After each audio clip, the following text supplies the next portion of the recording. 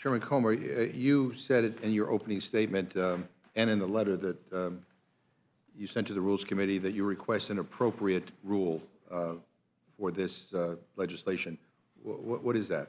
Appropriate rule that we hold criminals Is it an open accountable. rule or closed rule or amendments, or what is an appropriate rule? What are you asking for? An appropriate rule.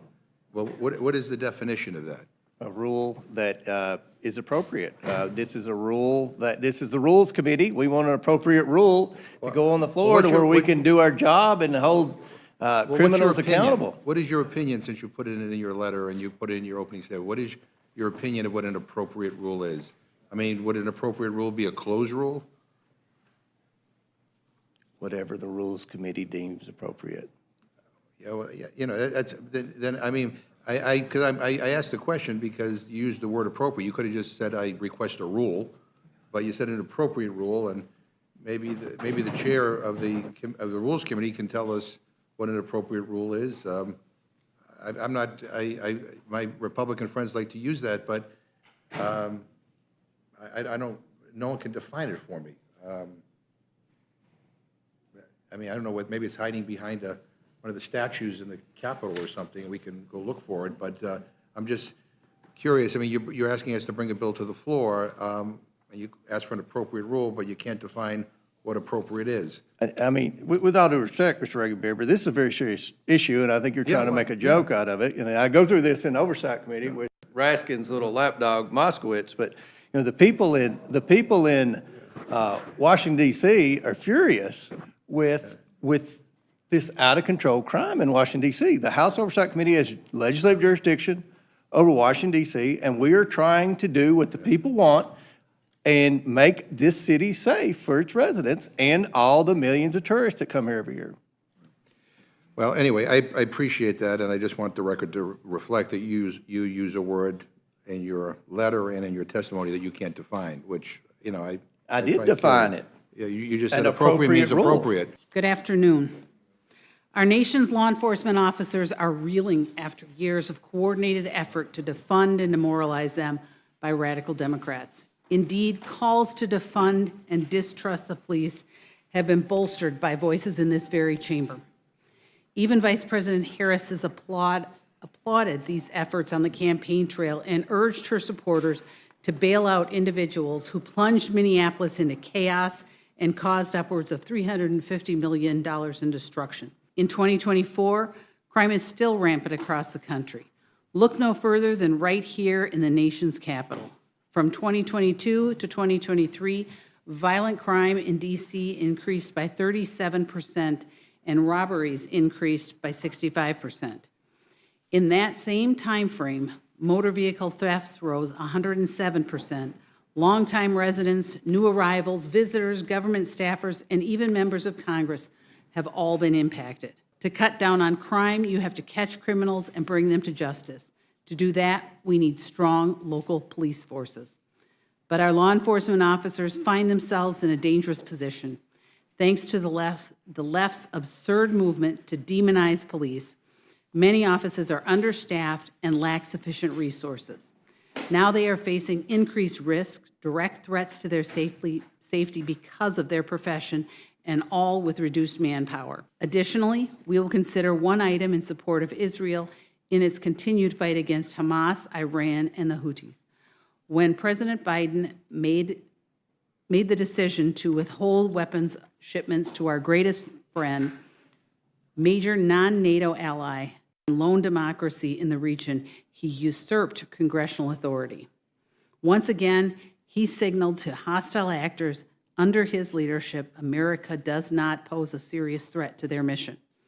Israel deserves nothing less than our full and steadfast support while they wrestle with a myriad number of threats to their continued existence.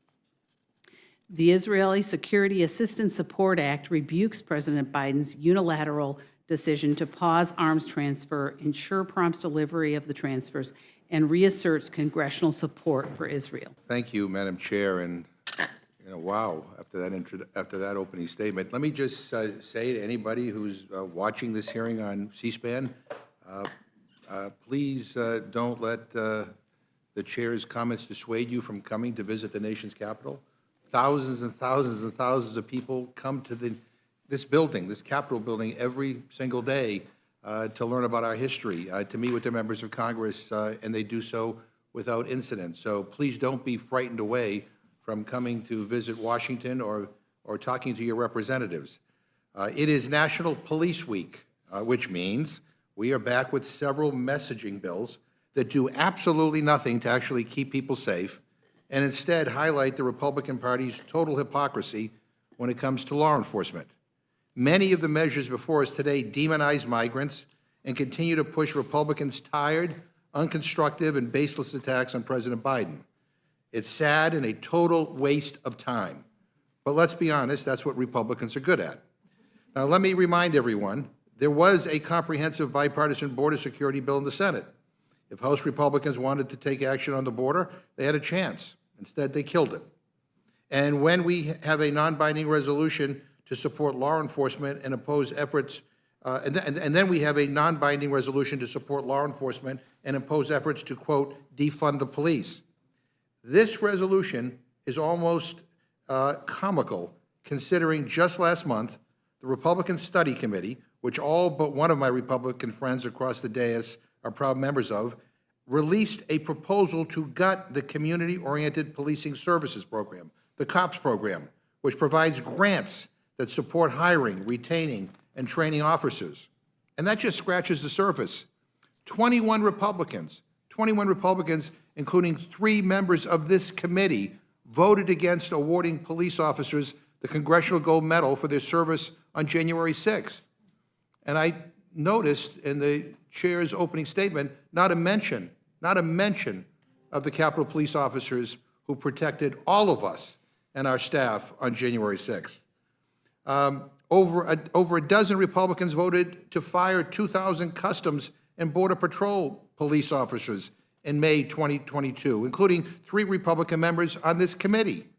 And over 50 Republicans voted to cut federal support for local law enforcement agencies in September 2022. They voted to fire 400 cops and cut crime prevention grants by an average of $1 million per state. Republican members have called to abolish the FBI, the Department of Justice, and the ATF. So as I see it, the only political party in Congress actively defunding and challenging the police is the GOP. Now, meanwhile, Democrats want to keep communities safe. We want to address gun violence in our schools, an issue I hear from police officers all the time, but yet silence from my Republican colleagues.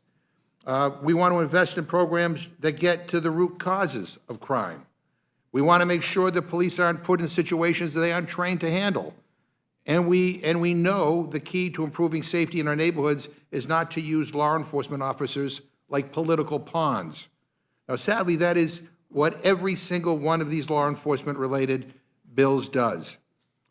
Additionally, before us is a bill called the Israel Security Assistance Support Act. This radical bill would cripple our national security apparatus and run counter to longstanding policy and law. This bill basically gets rid of human rights checks and balances already in place on arms transfers. And it would interfere with any administration's ability to comply with U.S. obligations under international human rights and humanitarian law. And by the way, 3 U.S. presidents have threatened to pause military aid to Israel. 3 Republican presidents, Dwight Eisenhower, Ronald Reagan, and George H.W. Bush. And all three times it happened during a moment of crisis. And this should not be a partisan issue. It should be obvious that if you want U.S. military assistance, it doesn't come with no strings attached. If our taxpayers are paying for it, they ought to know that it's not being used in a way that runs counter to our laws and our values. And Madam Chair, let me just say, you know, we can be friends with Israel while also expressing our anger and frustration with the policies of the Netanyahu government. His bombing has been, in my opinion, indiscriminate and wrong. And I, for one, think we ought to tell him that we don't support his decision to invade Rafah, one of the most heavily populated areas in Gaza. We are talking about tens of thousands of civilian casualties, over 1 million people hungry. Where is our humanity? And I don't care what country kills civilians. It is wrong. It is against U.S. law to use our weapons to violate international humanitarian laws.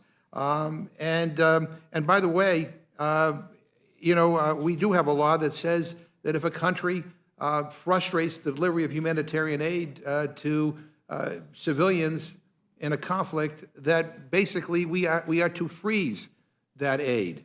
There's a famine happening right now in Gaza that it is amazing to me that so many of my friends on the other side of the aisle seem indifferent to.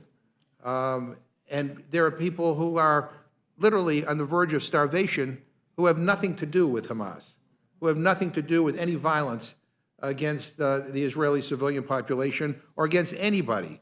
And so at some point, we have to make sure that what we send to any country in the world is not being used in a way that, quite frankly, violates international humanitarian law, and our own values. So I, again, regret that that's what we're going to spend our time with on the floor this week. But again, my friends are in control, and it really is quite sad what we're seeing unfold here. And with that, I yield back.